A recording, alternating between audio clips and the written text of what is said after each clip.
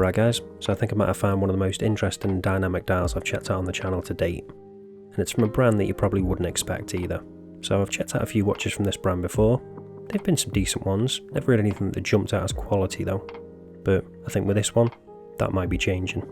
But the question is the rest of the watch just as good as the dial though? So this is the review of the WM Watch WM226. And this is part of their Glacier collection.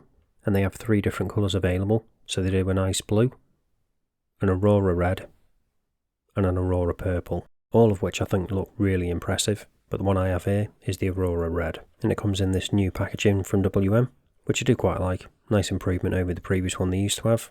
Just gives it a bit more of a quality feel, especially the inside of it. Really soft, going to protect the watch well. Ideal for travelling. And then here is the actual watch. And hopefully you can see straight away what I was on about with that dial. Really dynamic looking. Really interesting. Not something I've seen before. It's just a really cool effect. And obviously with this one being red, we've got that red in the centre. And then as you get further to the edge, it goes more of a black. As far as I can tell with the other two, I think they're more lighter towards the edge as opposed to dark with this one. So in that way, this is a little bit different to the other two. So before we get into any more details on the dial, first of all, let's go over the price on this. So it's currently £154, which is about $207 and about 178 euros. And for you guys in the US, that price does actually include import charges apparently, according to the listing. All the coupons should be applied automatically, but just double check. But now let's get onto the dimensions. So we've got a diameter of 39mm, thickness of 12.3, lug width of 20, and the all important lug to lug is coming in at 45.5. But we do actually have male end links on this, so the effective lug to lug is actually a bit larger than that. Although as you can see, they do drop down in line with the case pretty much, so it doesn't add as much as you'd think. And obviously I'll be showing you on wrist later on, so you can see exactly how it wears. Then when it comes to the weight, on this supply bracelet, with all the links included, it's coming in at 151 grams, and then size for my 7-inch wrist, coming in at about 139. So let's take a closer look at this, starting with the clasp. You can see we've got the WM branding on there, and we've got a good amount of micro adjust too, so sizing shouldn't be an issue.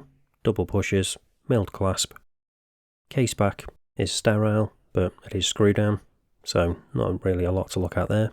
Then moving on to the bracelet itself, it's fairly generic, not really anything too interesting, fully brushed, just polished sides. And then we have got push pins. Would have been nice if they'd done something a little bit different with the bracelet, but for what it is, it's fine. Now moving on to the head of the watch.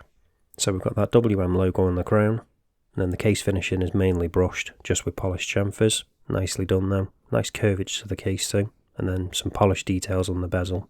And then we've got that crystal sticking out just above that, and it is a double domed one, but we'll be checking in a bit if it is sapphire. But as you probably already noticed earlier, it has actually got some nice clear AR on it. So the head of the watch is really nicely done. Do like it quite a lot. The quality has definitely gone up a notch.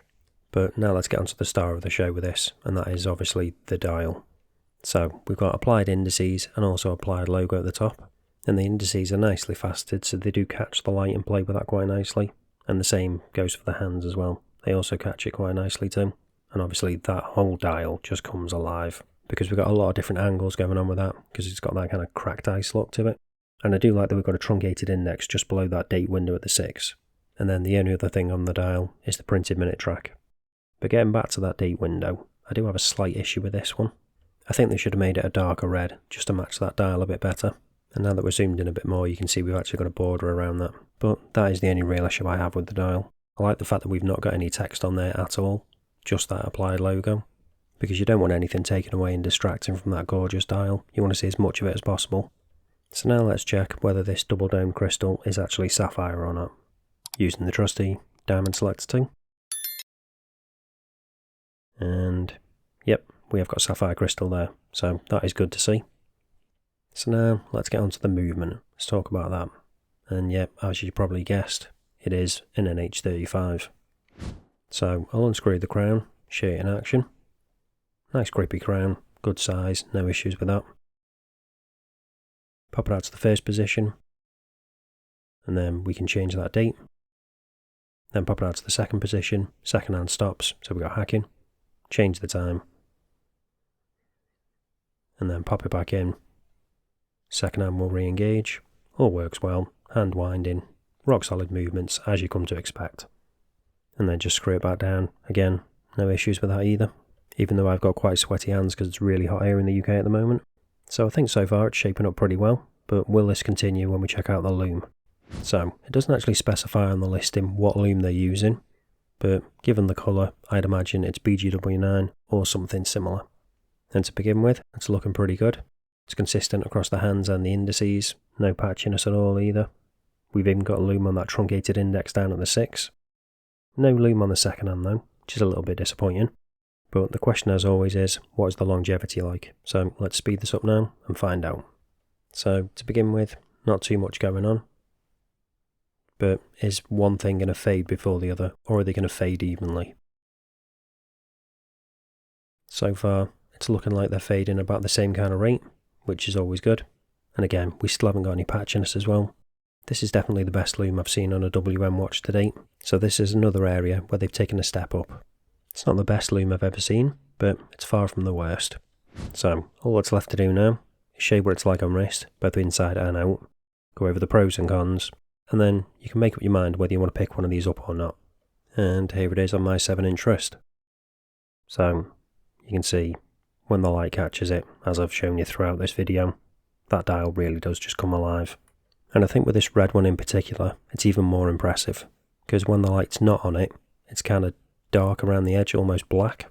But then when the light hits it, as I say, it just comes alive. I think with the blue one and the purple, I don't think that's going to be the same, because they're pretty bright all of the time. Or at least that's the way it appears on the pictures and the videos on the listing. You should be able to get the perfect fit, with that plenty of micro adjust on the clasp. Although, I would have liked to have seen them using on the fly one, just to take it to another level again. And the same goes for the bracelet. It's basic, functional, but not anything special. Perhaps if they do a version 2 of this, they could change both of those. That would be nice to see. And also, make that male end like a female one. It still wears well on my 7-inch wrist, but if you've got a smaller than 7-inch wrist, it could possibly be an issue. But nice curvature to the case, so it all conforms quite well. And those lugs kind of conform to the case shape too. When it comes to that thickness, I don't think it's too bad. Although, again, if they did a version 2, perhaps they could use a Miyota 9000 series movement, so they could get that case thickness down, and also have the added benefit of having high beat as well. So, as you can see, I don't really have many issues with this. It's more just suggestions they could maybe do for a version 2.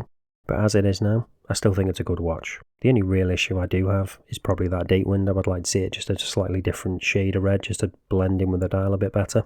Based on the pictures, that is something the blue one and the purple one seem to get a little bit better. But overall, I'm pretty happy with this. You've got that really impressive dial. You've got the double dome sapphire crystal, which has got clear AR, so you can see that beautiful dial. And it doesn't have that blue tinge that you sometimes get with AliExpress watches where they use blue AR. I think when it comes to the head of the watch, they've pretty much nailed it. As I say, a few little things that I'd probably change personally for the bracelet and the clasp, but other than that, I definitely recommend this watch. This is easily the best one they've done so far, and again, I think it's just a step above, so I'm interested to see what they do after this.